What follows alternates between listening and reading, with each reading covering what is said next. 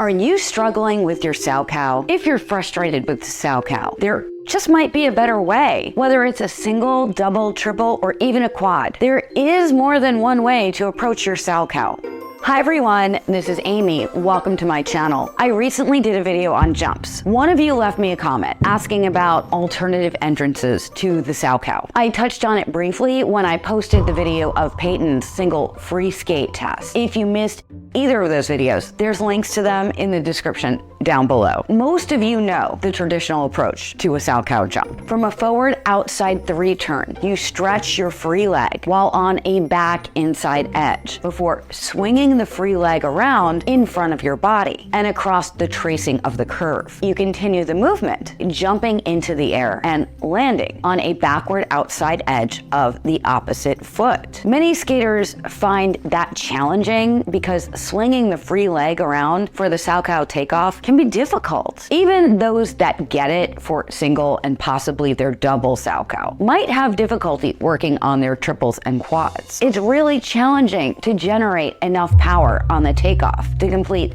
that many revolutions in the air. The traditional 1-foot approach style has you pushing through with the inside of your right foot if you jump counterclockwise. That's most of you. So your right foot stays on the ice most of the time. A common error with the Salchow is that you're whipping or spinning, which can cause difficulty with control and prevents you from being able to actually jump. I include myself in that, by the way. Salchows have always been a challenging jump for me. When I was working with Olympic coach Kori, she introduced me to another method that made it so much easier. Kori started using this method with her skaters working on triples and quads. I've used it for my Salchow and my skaters that have difficulty with the classic approach. If you remember from my other videos, a Salchow is an edge jump that takes off from the back inside edge and lands on the backward outside edge of the opposite foot. How you get to the back inside edge is less important as long as you're taking off from a backward inside edge, fully rotating in the air and landing on the back outside edge of the other foot. It is a Salchow. Most skaters learn their traditional entrance from an outside 3 turn with the whole leg swinging thing. Most coaches will teach it that way, but there are other ways to execute a Salchow, especially those working on multi-rotational Salchows. Nothing says you can't perform even a beginning Salchow with an alternate entrance. If you watch elite skaters perform Salchows, you might see jumps that look like this,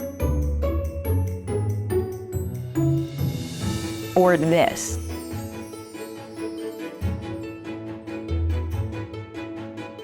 or even this.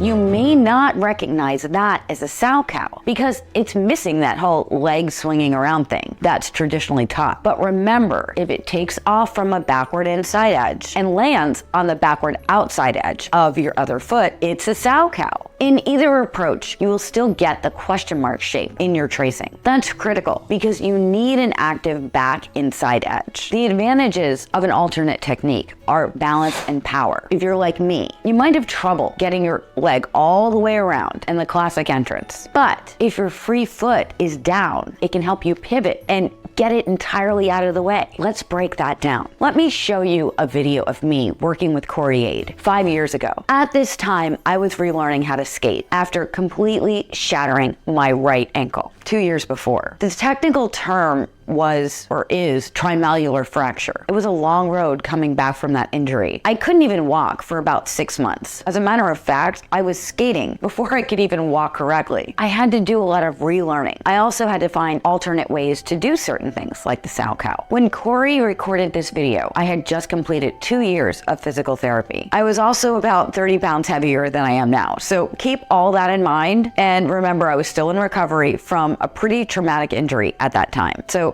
be kind with your comments. Yes. Because that's where I first got mixed up. That's your check.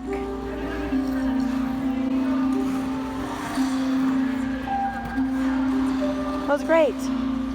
Your heel was in the lead. That's how you know it was a Salchow. Should I do another one? No, you should cheer for yourself. Should I do another one? You should say, go me. Go me. There you go. Let's look at another one.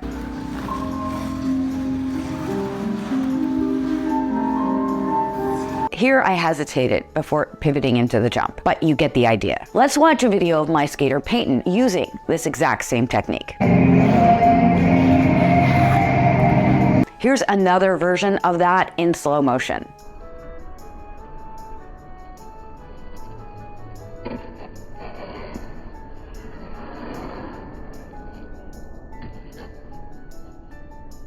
Instead of an outside 3-turn, she's using an inside Mohawk and then putting her free foot down as a guiding foot to pivot in sort of a swizzle action.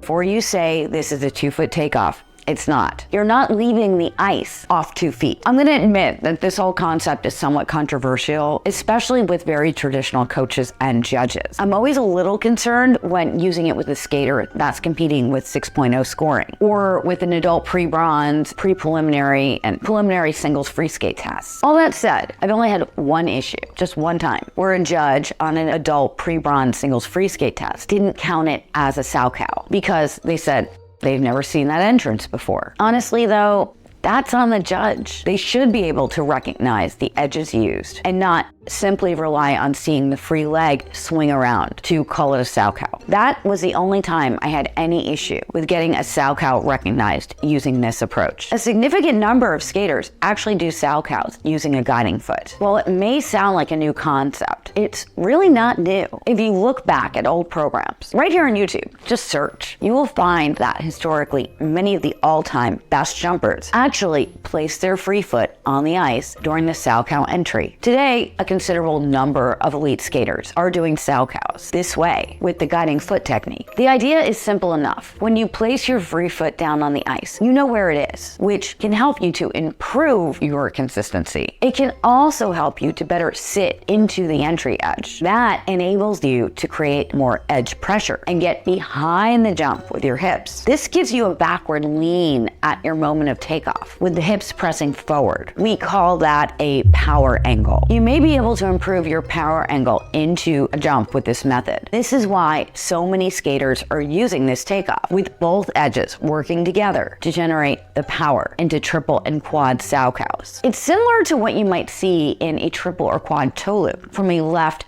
outside 3-turn with a step down or a quick waltz 3. You might also hear it called a drop 3. You might hear that from older coaches. A drop 3 means a typical forward outside 3-turn, after which you change feet, placing your free foot down to a back outside edge, continuing the original curve. When the change of feet happens quickly after the 3-turn, it's called a drop 3 or dropped 3. Likewise, a drop Mohawk is a forward inside Mohawk, followed by putting your free foot down onto a back outside edge. So when using a drop Mohawk into a Salchow, you use the edge of your guiding foot to pivot and assist in your takeoff. This can be a beneficial way to do a toe loop in a Salchow using a similar technique. An advantage of using this technique is balance. With complete control, it keeps your upper body comfortably inside the active takeoff edge. Plus, your free foot touching down allows your left foot to pivot fully out of the way with your heel in front, so you can jump from the other foot. Your heel was in the lead. That's how you know it was a Salchow. Of course, the amount of weight that you put on your guiding foot varies from skater to skater. It's mostly a personal preference. You can use this to generate more power when both feet are working together on active edges. This is why more and more skaters are utilizing this takeoff with the edges of both feet working together. If you're uncomfortable using a Mohawk to enter your Salchow, you can also use a 3-turn. The difference is that you won't use your toe pick at the end. Instead, you'll just take off on a backward inside edge and use that edge to vault from, making it a Salchow instead of a toe loop. I find that many skaters who have not been introduced to this type of takeoff actually prefer it because it can generate more power. Even skaters that learned a more traditional entrance to the Salchow may benefit from and prefer this technique, especially for triples and quads, because it gives them more control and power. Good coaches are going to try different methods to find what works best for you and your skating. It may also be that you use the traditional approach on a single or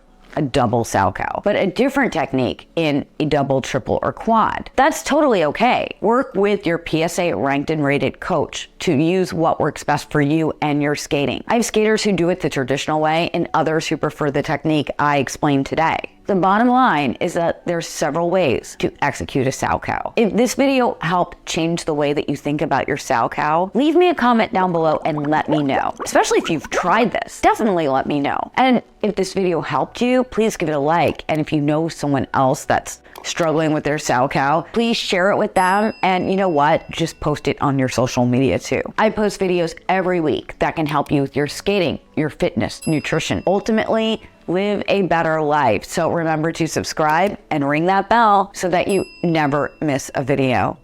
This is Amy. Thank you for watching. Happy skating and happy jumping. I will see you real soon. Bye.